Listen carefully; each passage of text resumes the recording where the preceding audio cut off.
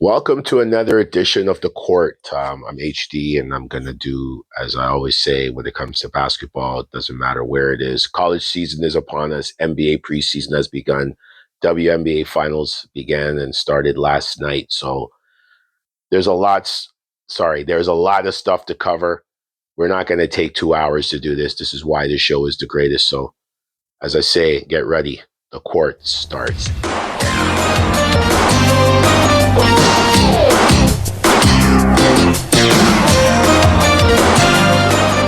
Finals started last night. The Aces winning 89-86 over the Phoenix Mercury. It's crazy because years ago, I wouldn't talk about WNBA.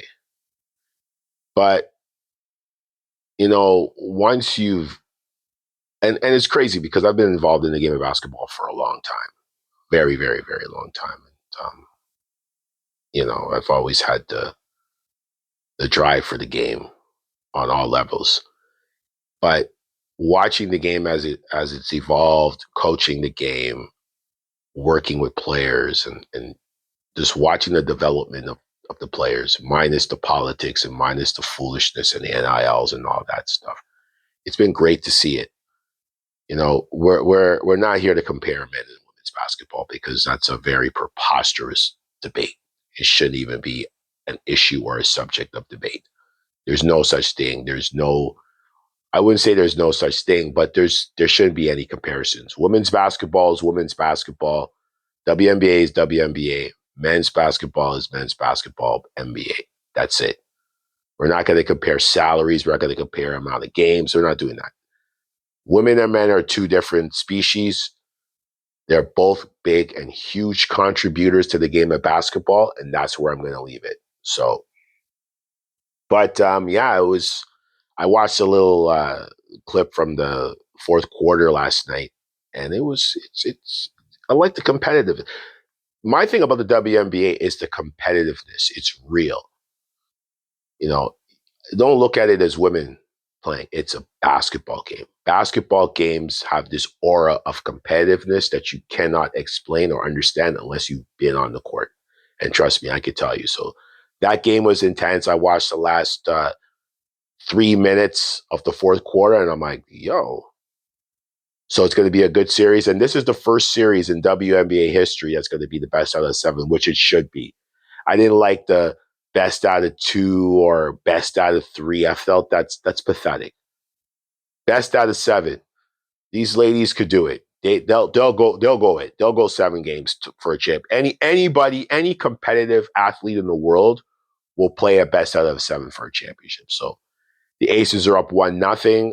The Mercury, they got some work to do, but this is going to be a long series. So now college basketball starts. But before we get to college basketball and, a few of the little tidbits, of course, preseason's happening. Of course, the announcement that allegedly Juju Watkins will not play this season due to the injury she suffered. She suffered in the tournament earlier in the year. Also, there was a passing of a Syracuse legend. If you watch basketball, I'm a Big East fan. I'm a Georgetown fan. Lawrence Moulton passed away this week, and just check out this clip. This is something that he said, and this is something that resonates with the game now, and it still will ever resonate because this is the thing about basketball that people need to learn and understand, as I would say. Anyways, let's listen to the clip, and I'm going to get back to the show. Beyond balling is understanding that the ball has to stop sometime, and you have to have something to fall back on. And like I said, I was a professional basketball player for 11 years, 3 in the NBA, 8 overseas. I've been blessed to travel all over this world. And it stopped and it ended, but you still have to have something to fall back on. I got my degree in childhood education. I'm doing great things for the youth in Syracuse and in this area in the DMV where I'm from. And that's what it's about. So that was Lawrence Moulton, who passed away this week, and all respect and guidance to him as he's now in a peaceful, his soul's in a peaceful place. And that's just another reminder that we can't take things for granted. Now, how he passed away, we don't know, but it's funny because we've had so many things happen the last couple of weeks. I talked about Rudy Johnson on my Pick Six podcast, passed away from suicide. Lawrence Wilton passed away, and then yesterday, Chandler Jones, the brother of not Roy Jones, sorry, John Jones, and oh my gosh, I forget. I just had the brain, as we call it, a brain fart. But you know, you can't take things for granted at all. You got to really appreciate life the way it is, especially now the way things are going, and can't sound things. My apologies. Arthur Jones. Arthur Jones passed away yesterday. The brother of John Jones and Chandler Jones. Arthur and Chandler, of course, both NFL guys, both former NFL guys. And John Jones, of course, you got to know John Jones, man. MMA legend, despite all the nonsense that they want to say about him and controversies and all that crap. But nevertheless, yeah, so like I said, you can't take things for granted. Enjoy your life, enjoy every day, enjoy every second, do the things that you want to do, and just embrace it. Embrace change, embrace learning. I think that's one of the craziest things that we don't want to embrace learning. The way the world is today with how corrupted society is, we don't want to embrace it. But, anyways, back to basketball. NBA preseason, stuff going on in Australia, stuff going on in Abu Dhabi, the Knicks and Sixers are in Abu Dhabi. They're playing a second game coming up today. And of course, we saw Pelicans play a team called United or something like that. So I mean, it's good for basketball. It's good for the global game. But we've seen how the international game has exploded the last 10 years. So this is just nothing. And I keep saying it until the American basketball players understand what it takes to win and the effort it takes to win. I'm not talking about LeBron. I'm not talking about KD. I'm talking about the other young players who feel that social media and being with the baddest chick and posing up with with material assets are going to get you where you are. I'm going to tell you right now, you're going to fall even further behind. So get it together. There's a lot of players that don't understand the concepts. So the global game has expanded in terms of viewership, but as far as the players, it's always been like this. So now, there's a couple of free agency stuff and there's something interesting I want to talk about, but Valanciunas going to the Nuggets, there was a lot of controversy about that. I don't feel there is. I think Valanciunas is one of the most hidden assets in the game of basketball right now. I love Valanciunas, even during his Raptor days. Sorry, Valanciunas is a traditional big man who just does it all. He can pass. He has the occasional shot, but his mid range is solid. His defense is solid for a European player, and his big man skills is just off the charts. I like this move because Denver is still in the position to win a championship. I also like the move because I think he deserves a championship. Because remember, he got traded for Serge Ibaka. We all know what happened to the Raptors in 2019, and the rest is history. So I want to see this guy get a championship. Also, Al Horford going to Golden State. Boston not offering him a contract at all. I felt that was interesting because I know Boston had a cleanup situation going on. They were making some trades due to the luxury tax, which is ridiculous in the NBA. Oh my gosh. And, I felt Boston could have given him a team friendly contract, just like how Miami took care of Udonis Haslem. Like Miami, shout out to Miami. Like they take care of their guys. Pat Riley's been known for that. But they just let Al Horford walk out the door like that? Come on. They could have, I don't know what's going on in Boston, but we'll see how this goes. I mean, Jaylen Brown and Jason Tatum, like I've said before, we're getting to that point, and I'm a Jaylen Brown guy. Tatum is solid too, but I think they're going to get rid of one of those guys. If they're doing this in Boston, I can bet you one of those guys is going to get offloaded at some point in time. Watch and see. Another thing that's interesting, and this is very intriguing to say the least. Russell Westbrook has not been signed. He is not on an NBA roster at all.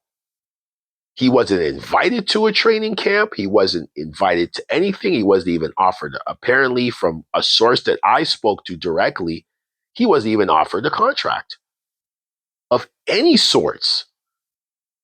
No trinkles of teams or nothing. Russell Westbrook has been in this league for 15 years. He's a shoe-in Hall of Famer, NBA Finals. He had a 45-point game in the finals against Miami way back. The young OKC team with him, Ibaka, Harding, and Durant, which would have been an amazing team. They would have won a championship if they stayed together. He has not been signed at all. This is the reality of the NBA. Now, we don't know the story. Remember the whole thing with Melo, but we don't know the story. We don't know what happens behind closed doors. But I'll say this.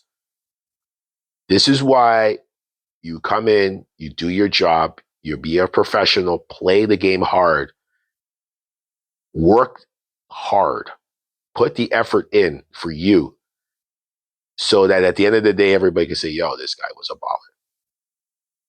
Because a lot of these young guys don't work as hard as Russell Westbrook. Like I've talked about Jalen Green. I'm not liking where he's going. You see Taylor Horton Tucker is now out of the league. And there's a bevy of young players. There's a bunch of like YouTube shows and pages that tell you the amount of young players that are now playing outside of the NBA. And these guys didn't do absolutely nothing. They came out, they did their job, they played. Maybe they didn't put in the extra effort, but they're out of the league now. They are out of the league. So that's why I say with guys like Jalen Green, and I remember OJ Mayo, Tyreek Evans, and Michael Beasley. Jalen Green is not on the level of any of these three players, and these guys exited the league very early for various reasons. And there's a bunch of other players right now, and I'm not going to do that because I'm not here to criticize. I say there's a difference between critique and criticize. But there's about 5 or 6 players I could tell you from what I've seen within the next 5 years, they won't be in the league. And these are good young players. But one of the players that are going to be ascending, guys that I have my ascension list, guys like Cade Cunningham, Ahmed Thompson, watch out for those guys. But Jalen Green, stuck in Phoenix right now with Devin Booker and Dylan Brooks. Dylan Brooks is a guy that teams are always going to want. He's a Swiss Army knife. He does the intangibles. He does the things that some players won't do. He's going to be in the league for a while. Jalen Green, you could always find guys like him. So I'm saying this, Russell Westbrook, a 15-year veteran who gives it his all, a super energizer guy, one of my favorites, is not even in training camp. So that's all I'm going to say about that. It's crazy right now. I'm like, wait a minute. Training camp started and no Westbrook? He's not in. Just think about that. A training camp without Russell Westbrook. And I'm saying this right now. If we go into the regular season and he's not signed, I don't think he's going to be signed at all. I just don't think he will be. Now, the controversy behind it, I don't know. I'm not going to say anything. But I feel like there's something going on. And I hope that it comes out. And I hope it's something positive because I want to see him play. I love watching Wes. His 5 minutes of energy is better than some of these young players 2 years in the league. But anyways. Now, preseason stuff has started. Of course, Lakers played the Suns last night. I don't even know the score in the game. Of course, excuse me, OKC winning the title, which I did predict last year on one of my shows. there are teams out there that are intriguing to watch. The Clippers, for example, the whole Kawhi controversy, whatever. A lot of teams do that stuff. The only difference is the Clippers got caught. Now, apparently, the additions to their team is Chris Paul, Brook Lopez, I think John Collins, which is a good, solid young player, and Bradley Beal. They have the coach. They have the right coach. That's the best part about this. The best part about all this is they got the right coach. I still don't like the Norm Powell subtraction, but that's a whole different conversation for a different day. But I think the Clippers could do something with this team. Finally, they got the coach. Ty Lue ain't gonna give anybody a pass. So watch out for this Clippers team. They could be something. Of course, Houston, with of course making the trade, getting KD. They got Dorian Finney-Smith, who's a good, solid Swiss Army knife guy. So watch out for Houston. KD knows what he's doing. Of course, Ahmed Thompson and what's his name? Aspen. Is it Aspen is his name? So they got guys there. Of course, Dallas. I mean, picking up Cooper Flag. And of course, making a trade for Anthony Davis. And they still got Klay Thompson. And they got a good coach. They got Jay Kidd. They're going to be fine. Another team that I feel like is done. Brooklyn, like Michael Porter Jr., Terrence Mann. You picked up a bunch of forwards. Where are you going with this? You know what I mean? Like Brooklyn, they got a bunch of draft picks, of course, from the Knicks trade. But I don't know where Brooklyn is going. Charlotte, same thing. I don't know where they're going. They picked up Colin Sexton. They have a veteran in Spencer Dinwiddie. I mean, you just look at some of these rosters. It's like, where are they going? Teams to look out for. I mean, let's look at that. But a team I like. Let me hold off on that. Boston, I already talked about a lot of their subtractions due to um, offloading cap space for luxury tax purposes, and of course Jason Tatum done for the year. Phoenix, I don't know where they're going with that team. It's a waste of time. Milwaukee, Miles Turner, I like the move, and I like Gary Harris. I like the Miles Turner and Gary Harris situation. I like that. Let's see what Milwaukee could do. Let's see what Milwaukee could do. Because it never worked with Dame. From day one, it didn't work. I know they tried, but this is why you got to stop these super teams. You don't need super teams. OKC has a superstar player and a bunch of good players and a bunch of role players. Sam Presti did it the right way, and I keep talking about him in that Clippers trade. I don't know what the Clippers were thinking. From the day that trade happened in July of 2019, I'm like, what? Like, what is he doing? Anyways, the Cavs, can they put something together? Can Lonzo Ball actually be a suitable piece for them? I mean, there's so many questions. Minnesota, it's up to Ant. It's up to Ant, Julius Randle, and Naz Reid. I mean, Naz Reid, of course, with the personal stuff happening to him. So we'll see how his mental health is. Shout out to him. But Minnesota, that's a wild card piece. They could go either up or down.